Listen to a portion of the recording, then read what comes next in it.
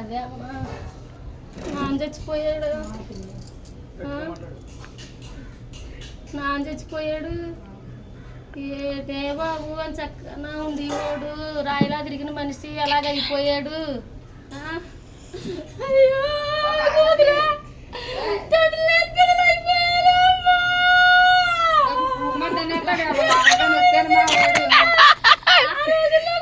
రూపాయలు ఎట్టి పెళ్లి చేసాడే అమ్మా నీకు రంగానే వైభోగంగానా అంత నావా పెళ్లి చేసాడు. పెళ్ళని ఎంత బాగా చూసుకున్నాడు అమ్మ, ఇంత నాగరం కొనెట్టాడు కళ్ళని కోపులు అని నన్నిందా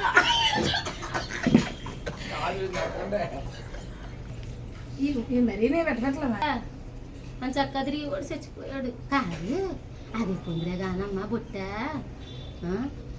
డబ్బులు అయ్యి ఉన్నాయన్నారు కదా, ఎవరికి ఇచ్చారా? ఇలా ఆట ఊపితే నాకేం తెలుస్తుంది బిల్లమ్మా? 2 లక్షలు ఇచ్చారు. 2 లక్షలు అయితే వస్తాయి.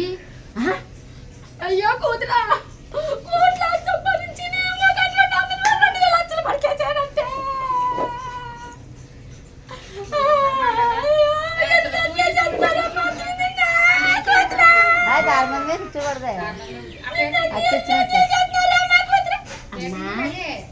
ఏమన్నా అడుగుదామనుకుంటున్నావా? ఏమడుగా మరి ఎంత తెరుమాలాకుండా అలా తయారయ్యే పెట్టే బొట్ట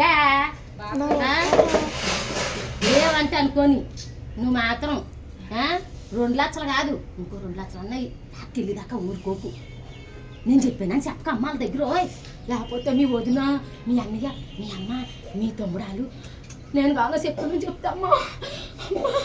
నన్ను కూడా చెప్తానమ్మా, గుమ్మలు అడిగేస్తున్నామ్మా. అమ్మాయి నేను చెప్పానని చెప్పకే అమ్మా, చెప్పకే అమ్మ. నీ గురించి అన్నీ చెప్పానమ్మా.